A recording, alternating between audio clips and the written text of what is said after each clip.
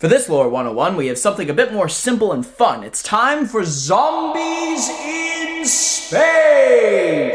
Today we're talking about the Infested from the game Warframe. The Infested are an antagonistic faction in the game that no one in the lore really likes because they're very stinky. Oh, and they'll also tear you apart and bring you back as one of their own. But how did we get here? Well, back in the day, you had these people called the Orokin, or sci-fi tech humans. Now, the Orokin were known for many things, but something they excelled in was biotechnology and gene manipulation. It's what helped build a lot of their empire. And at some point, the bigwigs at Orokin HQ decided to develop an infectious techno-organic parasite that they called the Infestation. Really?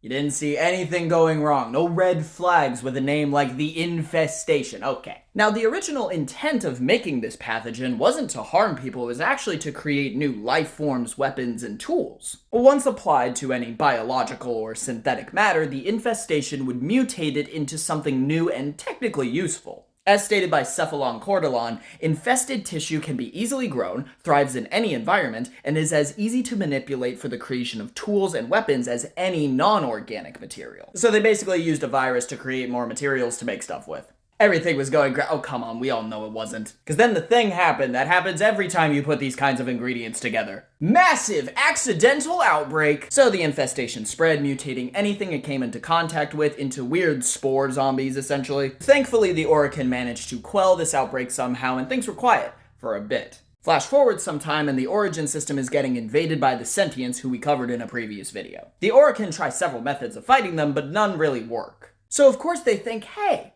why don't we use that infestation thing to fight them? As I've researched more Warframe lore, I've realized the Orokin are just a group that maxed out their intelligence stat but didn't put anything into wisdom or common sense. So they released the Infestation, even going so far as to biobomb planets under sentient siege. Sir, the biobombs went off. And did the sentients retreat? Yes, but now the entire planet is turned into an infested hive world. It's completely fucked.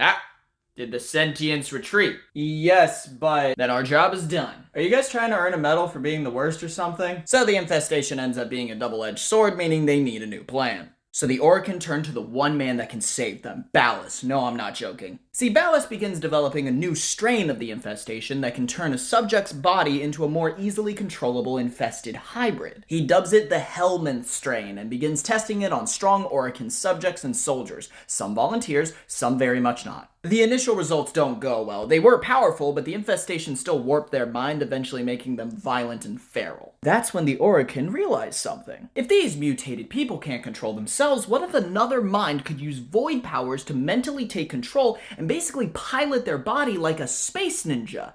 Sound familiar? Yep, those mutated people end up becoming the Warframes. That's right, this entire time you've actually been playing as an Orokin citizen whose body has been horribly mutated by a modified techno-parasite developed by a cringe podcaster being piloted by a magic space child on the moon. The more you know. So the Warframes are created using the Helminth strain of the Infestation and are then used to kick everyone's ass around the solar system. Cut to the present and things are relatively the same. The Infestation has footholds in some places, but it's essentially another faction you have to deal with. From what I can tell, it operates as a hive mind. However, I've found conflicting takes on whether it's all one big hive mind or several smaller hive minds, each controlling their own mini-infested legion. Either way, that only leaves one question. Why is there a mouth in the back of your ship? See, at a certain point in the game, you'll unlock a room in the back of your orbiter ship that contains this Audrey 2 looking thing. This is another physical manifestation of the Helminth strain. However, instead of being applied to a body like the Warframes, this one was applied to your ship. And don't let the appearance fool you though, because this thing is actually very useful. In fact, it carries out multiple functions in your ship, namely repairing damage and maintaining your Warframes. Honestly, it's a pretty good boy. It just has a big mouth because it really likes treats. As the Helminth itself states, who nurtures you in your times of rest, who restores your battle-torn frame day after day after day, whose milk enriches your kindred flesh with endless strength and vigor. It can only be me.